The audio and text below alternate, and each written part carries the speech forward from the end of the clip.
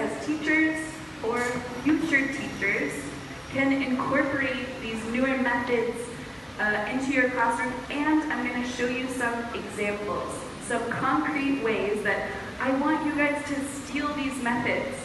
I'll show you something that I do every day in my class at OSIA, and you guys feel free to just take that back to your classroom. I won't be offended, don't worry, I want to share this knowledge. Okay, so I'm going to give you guys some background. This will be a little bit of a review for everyone who was here yesterday, but it's important to my thesis. So, for a very long time, language was taught like ancient Latin and Greek, so lots of memorization, right? And then there was movement towards proficiency. So an emphasis on grammar moved towards proficiency. We saw, instead of recitation, translation, we saw a change from that towards speaking and oral skills, right? So after being taught, and I should mention learning versus acquisition. Now, I mentioned this yesterday, but it's important I go over it. Learning in class, right, is a very conscious method. It's very artificial, right? You know that you're learning. It's usually taught from theories and activities about, in this case, English, right? You learn about the present progressive. You learn the ways that it's used, right? But when you acquire a language, it's a natural process.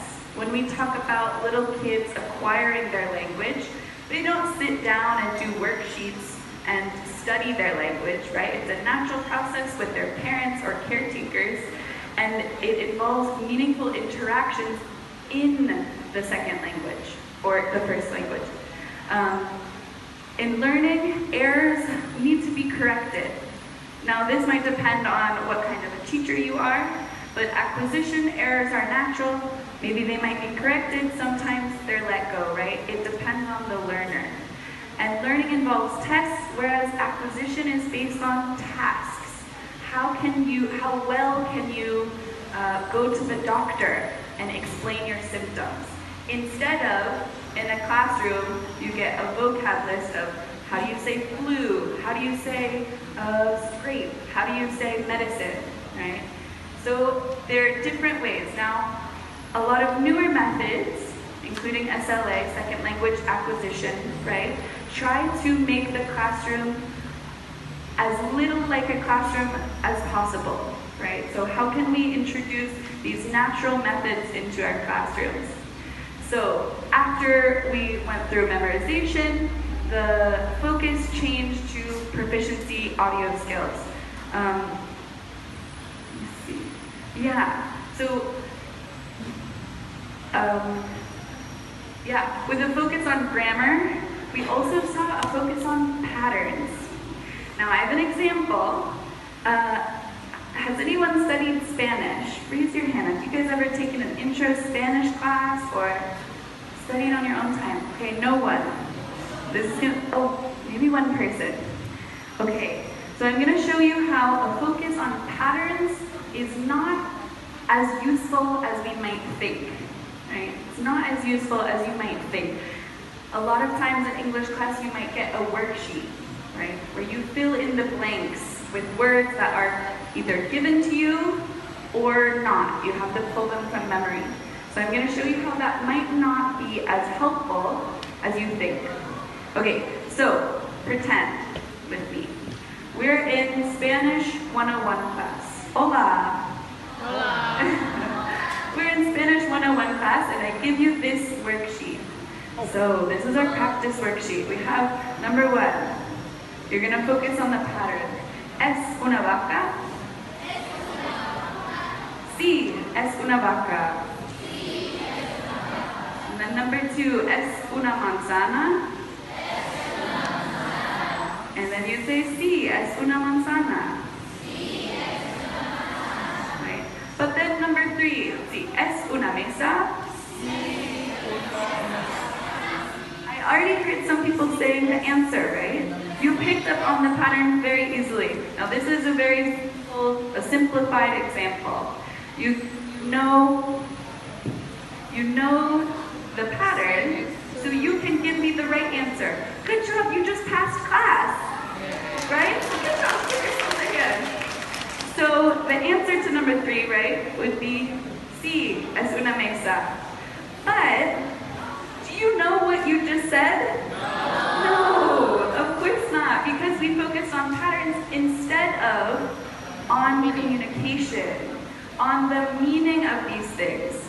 So you said, is it a cow? Yes, it's a cow. Is it an apple? Yes, it's an apple. Is it a table? Yes, it's a table. So this is a very simplified version of a focus on patterns instead of a focus on meaning and oral skills to communicate. Now, one easy way I could improve this lesson right now is having the objects in front of me, or pictures of a cow. And I'd say, is it a cow? And you, yes, it's a cow. Then, without me having to tell you, vaca means cow, you would know vaca means cow because you see the picture instead of translating it. Another one, es una chica? Sí. Es una chica, right? So good job, you guys passed my class. Now, so that's an example how we shouldn't focus only on patterns, right? We should focus on the meaning behind them as well.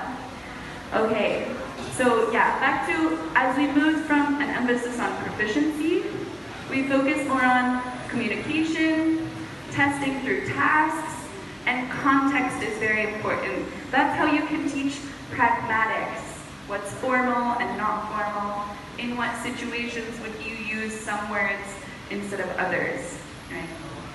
Okay, so, as I mentioned, I was a Spanish teacher, and this is just a list of so many different language teaching methods that have been developed and used. Some of them are used, some of them are not used anymore, but they show this progression from a focus on memorization towards a focus on oral skills, proficiency, acquiring a language instead of learning a language. So I highlighted number 5, total physical response.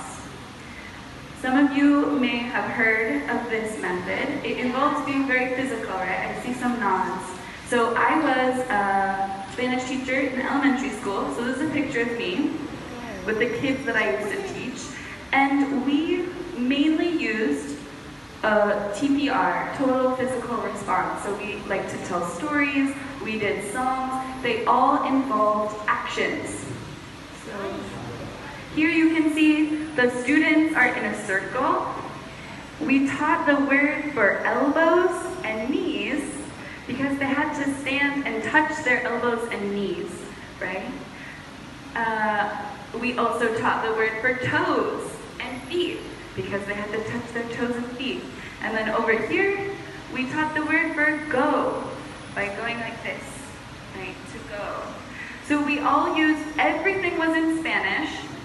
Some students at the end of the year asked me, can you speak English? Can you speak English? Because they never knew that we could speak English. We only spoke to them in Spanish. So what's important behind TPR is what I talked about yesterday, CI, comprehensible input.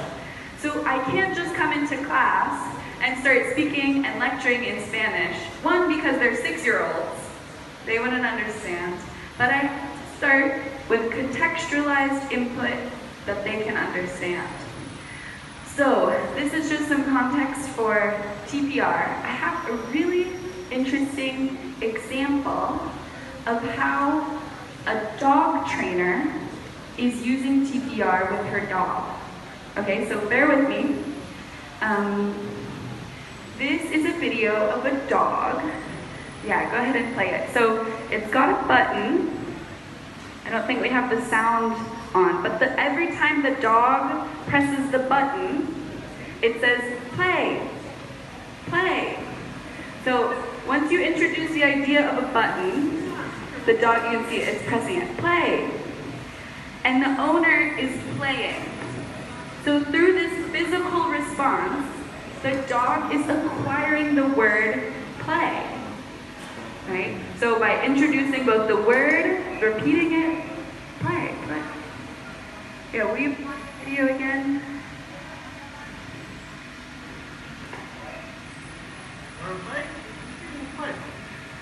Yeah, so the owner's saying, oh, let's play. So the dog is getting 3 versions of input. The button is saying play, play. The owner is saying, oh, you want to play? Let's play. And the third physical input is the dog is playing. It has all these toys. It's doing the action that it's hearing. So the dog starts to associate the word play with these buttons. Now, this video is from Christina Hunger, who's a